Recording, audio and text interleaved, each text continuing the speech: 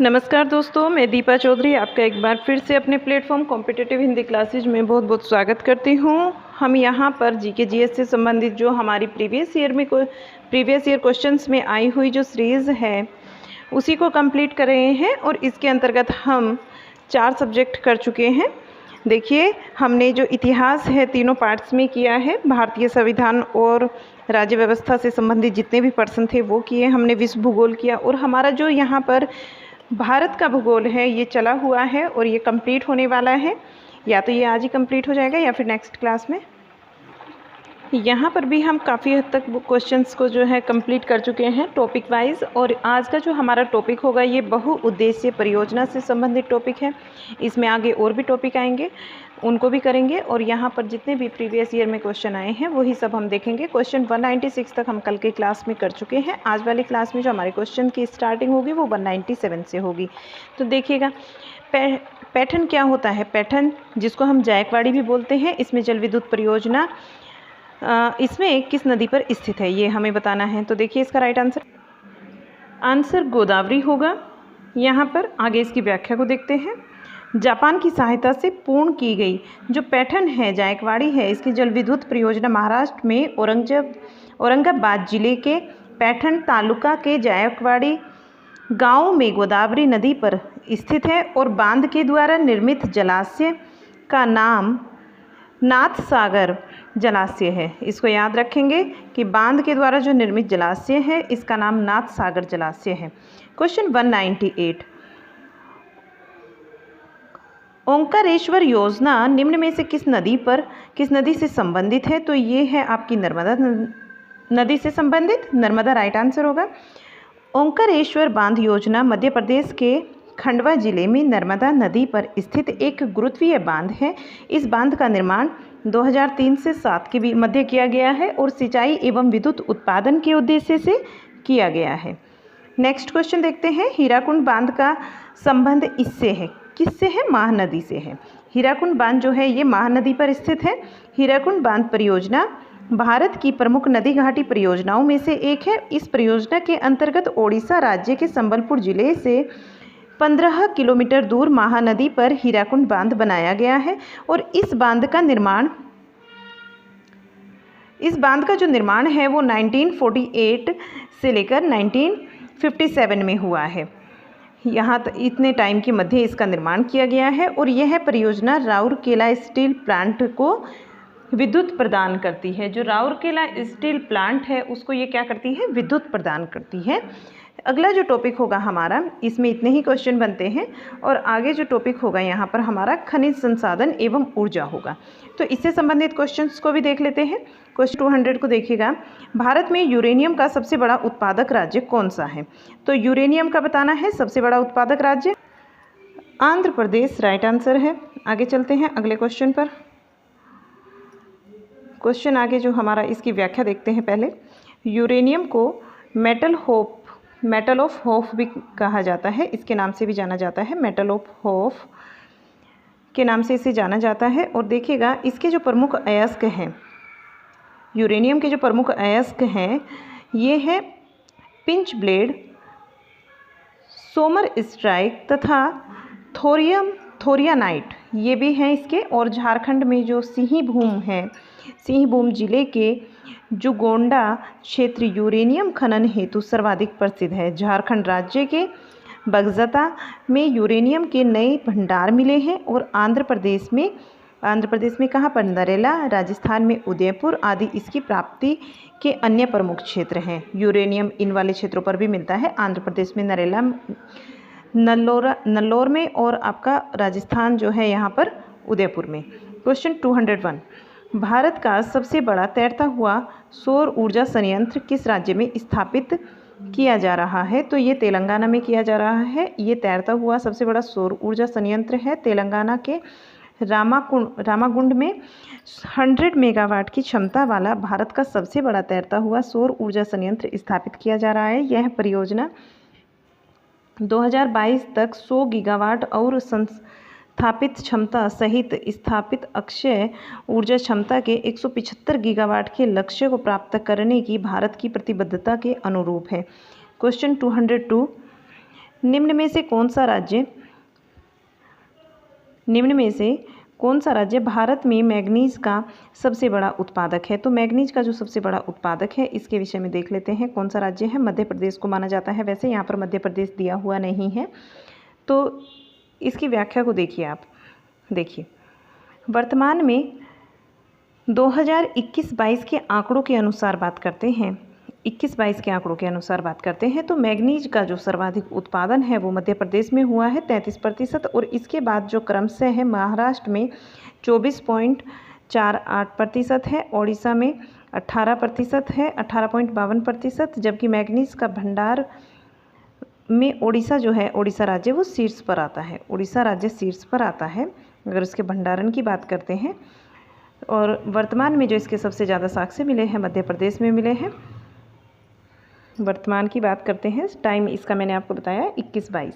Question 203, Bharat में manganese अयस्क का सबसे बड़ा उत्पादक कौन है? मैग्नीज अयस्क की बात करते हैं तो ये भी आपका वही है, आपका मतलब मध्य प्रदेश को माना जाता है, लेकिन वहाँ नहीं है तो इसमें हम ओडिशा, जैसे बताया महाराष्ट्र सेकंड पर आता है, फिर ओडिशा आपको बताया तो ओडिशा को लगा सकते हैं।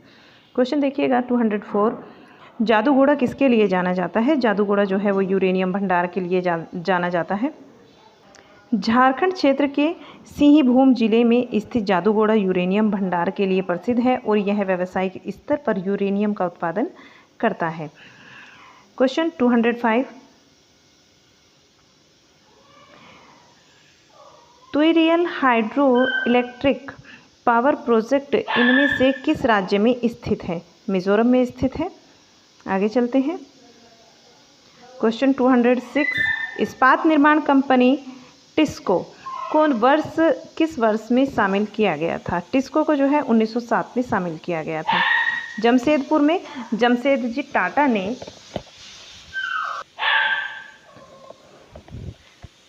इसे वर्तमान में टाटा स्टील लिमिटेड के नाम से जाना जाता था। इसे किससे? जमशेदजी टाटा ने क्या किया था? इसकी स्थापना की थी। बात करते हैं इसकी स्थापना की। 1907 में जमशेदजी टाटा ने जमशेदपुर में इसकी स्थापना की थी और इसे वर्तमान में टाटा स्टील लिमिटेड के नाम से जाना जाता है। इस कंपनी का मुख्यालय मुंबई में है। यह फॉर्च्यून के 500 कंपनियों की सूची में शामिल है। ठीक है। क्वेश्चन 207, दुनिया के पहले थर्मल बैटरी संयंत्र का अनावरण निम्न में से किस राज्य में हुआ है? आंध्र प्रदेश में हुआ है। Right answer. आंध्र प्रदेश के अमरावती में राज्य के तत्कालीन मुख्यमंत्री NH बाबू नायडू के द्वारा थर्मल बैटरी बनाने की दुनिया की पहली सुविधा का उद्घाटन किया गया और इसे भारत के energy storage technology private limited के द्वारा निर्मित किया गया है। इस प्रौद्योगिकी की सहायता से कार्बन उत्सर्जन को कम करने में मदद मिलेगी और इसका उपयोग दूरसंचार, वाणिज्य प्रतिष्ठानों और इलेक्ट्रॉनिक वाहनों तथा राजमार्ग चार्जिंग स्टेशनों के लिए ऊर्जा भंडारण के लिए किया जा रहा है। क्वेश्चन 208, सोनापनी मिनी आपका जो हाइडल पावर प्रोजेक्ट है, इसमें पूछा जाता है कि हाइडल पावर प्रोजेक्ट नामक हेरिटेज पावर प्रोजेक्ट भारत के किस राज्य में स्थित है? तो ये मेघालय में स्थित है। देखिएगा, सोनापानी बिजली परियोजना मेघालय के लुमशेद में स्थित ब्रिटिश युग की हेरिटेज मिनी हाइडल परियोजना का नाम है और इसे 1925 में स्थापित किया गया था। 1982 में छोड़ दिया गया और पुनः इसका निर्माण 2001 में शुरू हुआ। इस परियोजना की क्षमता 1.5 मेगावाट है। यह देश की सबसे पुरानी बिजली परियोजनाओं में से एक है। 209 क्वेश्चन, तटीय तमिलनाडु में स्थित कुंडनकुलम जो परमाणु बिजली संयंत्र है, इसमें भारत में कितने मेगावाट बिजली पैदा करने वाली इकाई है? तो आपको इसके ऑप्शन देखिएगा, सारे देखने को मिलेंगे यहाँ पर। इसमें कितनी बिजली होती है आपकी? 1000। कितनी होती है? 1000। Right answer. तटीय तमिलनाडु में स्थित कुंडनकुलम परमाणु बिजली संयंत्र की परियोजना में पहले चरण में रूसी तकनीकी पर आधारित 200 मेगावाट, इसको आप MW के नाम से भी नॉमिनेट कर सकते हो, दाबित जल रिएक्टर इकाई का निर्माण किया गया है। दिसंबर 2008 में भारत और रूस के मध्य हुए समझौते के तहत 4 इकाइयों को जोड़ा गया था। वर्तमान में 4 इकाइयां शुरू हो गई और इस परमाणु संयंत्र की कुल क्षमता जो है वो 6000 मेगावाट है। नेक्स्ट क्वेश्चन 210, भारत की पहली भूतापीय बिजली परियोजना तातापानी कहाँ स्थापित की जा रही है? ऐसा भी बोल सकते हैं आप, कहाँ पर स्थापित की गई थी, ये तो क्योंकि हो चुकी है आपकी, तो यहाँ जो है आपका छत्तीसगढ़ राइट आंसर बनेगा। देखिए, छत्तीसगढ़ सरकार के द्वारा राज्य के नवगठित जिले बलरामपुर के तातापानी क्षेत्र में देश का पहला भूतापीय प्लांट स्थापित किया गया और इसके लिए एनटीपीसी और छत्तीसगढ़ अक्षय ऊर्जा विकास एजेंसी क्रेडा, जिसको हम क्रेडा के नाम से भी जानते हैं, के मध्य समझौता हुआ है। Question 211, Korba super thermal power plant स्थित है। ये आपका छत्तीसगढ़ में स्थित है। Korba super thermal power plant जो है वो छत्तीसगढ़ में स्थित है। इसे वर्ष 1983 में स्थापित किया गया था। यह नेशनल थर्मल पावर कॉरपोरेशन का कोयला आधारित विद्युत संयंत्र है और इस पावर प्लांट के लिए कोयला कुसमुंडा और गेवरा खानों से लिया जाता है तथा पानी की पूर्ति हसदेव नदी से की जाती है। यहाँ तक की बातें होती है। 212 को देखिएगा, छत्तीसगढ़ में लौह इस्पात का कारखाना कहाँ स्थित है? भिलाई राइट आंसर है। भिलाई इस्पात संयंत्र की जो स्थापना है 1955 में होती है और 1955 में तत्कालीन मध्य प्रदेश के भिलाई, जो कि अब छत्तीसगढ़ राज्य में है, क्योंकि मध्य प्रदेश का ये बंटवारा हो गया था, छत्तीसगढ़ अलग राज्य हो गया था, तो फिर ये कहाँ है? अब छत्तीसगढ़ राज्य में। इसकी स्थापना होती है मध्य प्रदेश में, लेकिन अब ये भिलाई कहाँ है? छत्तीसगढ़ राज्य में। ध्यान रखेंगे, में सोवियत संघ की सहायता से की गई थी और यह भारत का पहला इस्पात उत्पादक संयंत्र है। यहाँ रेल पटरियाँ और प्लेटों आदि का निर्माण होता था, या अभी भी होता है। क्वेश्चन देखिएगा 213, नीचे कुछ खाने और इनसे संबंधित कुछ खनिज दिए गए हैं, उन्हें सम्मिलित, इन खनिजों को क्या है, हमें सुमेलित करना है। ठीक है, तो यहाँ देखते हैं इसका जो राइट आंसर बनता है, बेलाडीला को हम लोहा से मैच करते हैं, झरिया को कोयला से, खेतड़ी को हम तांबा से मैच करते हैं और बालंगीर को हम बॉक्साइट से। ये आपका राइट हो जाएगा। आगे चलते हैं और इसकी व्याख्या को भी देख लेते हैं। देखिए, बेलाडीला जो है आपका लोह अयस्क है, झरिया आपका कोयला से, खेतड़ी आपका जो है वो तांबा से और बालंगीर जो है वो बॉक्साइट से। तो ये राइट बन जाता है। क्वेश्चन देखिए नेक्स्ट 214, निम्नलिखित में से किस राज्य में अलोह धातु कौन सी होती है? जैसे जस्ता आपका तांबा के बड़े भंडार पाए जाते हैं, ये अलोह धातु है और ये राजस्थान में पाए जाते हैं।